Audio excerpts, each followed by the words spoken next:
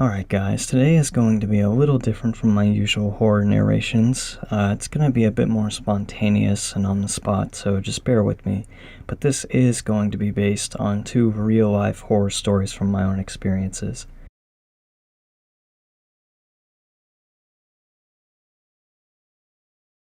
So this first story takes place about 5 years ago in a previous home my family and I had lived at. This took place when I was still living with my parents. This woman that none of us knew, she had shot her husband a few times, left him for dead, drove into some woods on our property, and killed herself. Now, these woods, they're about 2 acres of land just beyond our front lawn, and my parents were the ones who found her. The woman had attempted to overdose on medication, siphon the car exhaust inside the vehicle while it was running to try and use carbon monoxide poisoning, and I'm assuming that wasn't working fast enough because eventually she just shot herself in the head. Now, when my parents found her, the inside of the vehicle, as you can imagine, was very foggy, full of smog. They couldn't really see anything. So when they busted open one of the windows and kind of cleared it out, they were able to see there was a gun in her hand, and from there they just decided to call the police and let them handle the situation. So I get off of work around 10 p.m. I get a call from my mom saying I'm going to have to let the police know that I live at our house so they can let me in. The driveway has been sealed off. It's a very, very long driveway, probably about 1,000 feet long, and when I get there, there's about 12 police cars in those woods. An ambulance passed me on my way in. And yeah, I pulled up to the drive to where my dad was when he made the cop barricading the drive move. My dad tells me to just go inside the house and wait for him.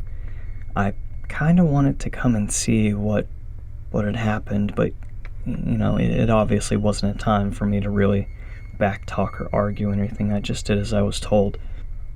I want to say my parents went to bed around midnight, but my sister and I, we stayed up until around 1 a.m. Just watching them through the window from the house.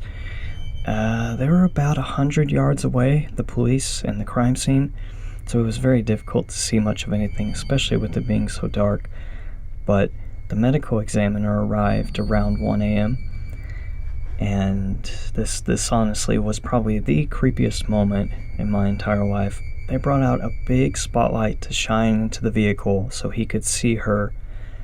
And, he examined her and everything. And then eventually they opened the door and pull her body out into the light. So they loaded her up and sent her on her way. And from there I just went to bed. Can't say I slept much, but the vehicle had to stay there. By the time I woke up, it had been towed away, but those woods were forever changed for me after that. I remember as a little kid, I would go exploring and playing in those woods, and oftentimes, I would go out there just for a walk or whatever, but not after that. Never again. Especially if it was after dark, I absolutely could not go near those woods, the spot where she had killed herself. It was just very, very creepy. I just got really weird vibes from that place. I will say though, the husband did survive. He managed to crawl over to a neighbor's house and they took him to a hospital. None of us knew this woman. It just seems so bizarre she would choose our land of all places to die. It's one of those things you always hear about and you think will never happen to you, but sometimes it does.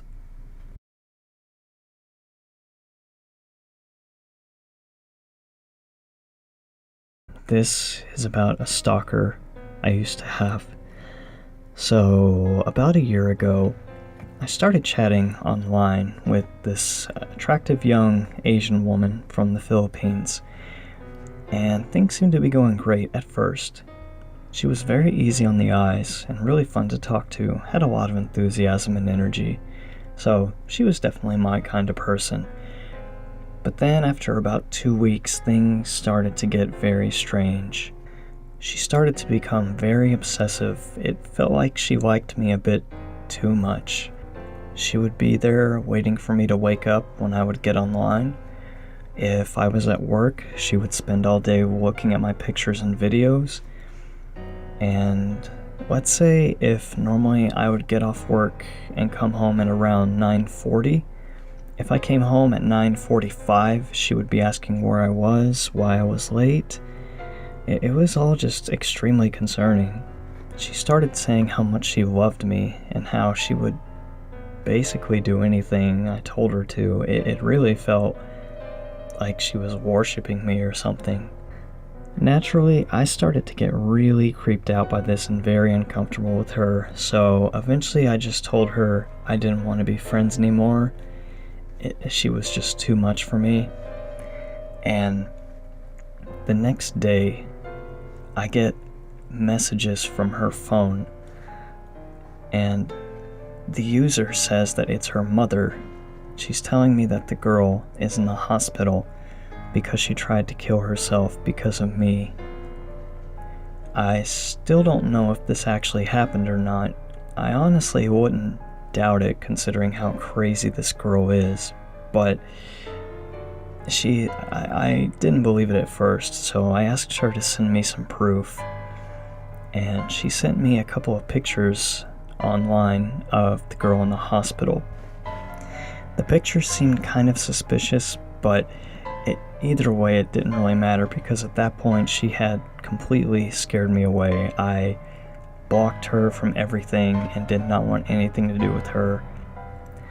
About a month passes, everything seems fine, and then I get a message from a mutual friend I have with this girl, and she tells me that the obsessive girl has flown to America, that she's in my state, in a town about an hour away, the nearest town with the main airports, and that she is coming for me.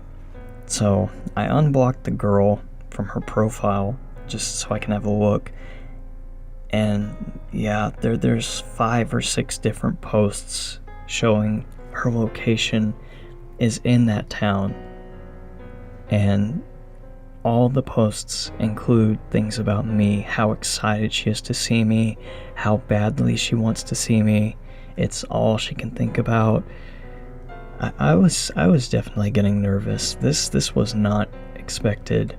And keep in mind, she had told me absolutely nothing about this. So I check her profile a couple of times a day just to keep up to date on what's happening. And after about a week, the location of her posts moves from that town to my town. And she was here, according to these posts, for about a month. Now, I was talking with some friends about the situation. Some of them were skeptical, thinking maybe she wasn't really here and she was just trying to scare me. But I think what happened next was enough proof for me. There was one day I decided after work to just stop by a little fast food place in town and get a bite to eat. So I get my food and then I leave. I go home, and about an hour later I check her profile, and she has a post from about an hour ago saying she thinks she just saw me, and the post is located at the specific restaurant I went to. That seems like a little too much to just be a coincidence. So after that, I was officially scared, and I was pretty much just hiding in my apartment until she left. She never did find me. She never did see me again, if she did legitimately see me. I know this won't come as a surprise, but I reverse searched her pictures, and it turns out they were all fake. She had been using pictures from some Chinese model. I can't remember her name, but they were all just taken directly from her Twitter account and things like that. It really concerns me that this individual faked her own suicide just so I wouldn't leave, to the point that she used someone else's hospital pictures. When I was still talking with her, there was literally no posts that she made that didn't involve me. All of them talked about how I was her angel, her king, her drug, that she literally could not live without me. After she went back to her home country, I checked her profile about a week later, and it seems she had moved on to somebody else. But even though I'm pretty sure she's forgotten about me now, sometimes I still get a little jumpy or paranoid when I'm out in public, just kind of think about her. I know it's probably stupid, but it was not a good time, just hoping I wouldn't run into her. But now that I think about it, I wouldn't have even known what she looks like because of the fake pictures. Pretty much the only thing that I could have possibly identified her from was her voice. She actually did have a very beautiful voice. She was very talented, could sing very, very well. We spoke on the phone a few times, and she had sent me some voice messages of her singing, and it was very lovely. So if nothing else, at least there's that, you know. I know that it's not a guy, or at least I don't think so. But yeah, it just kind of makes you wonder who they really are when you find out they're not who they say they are.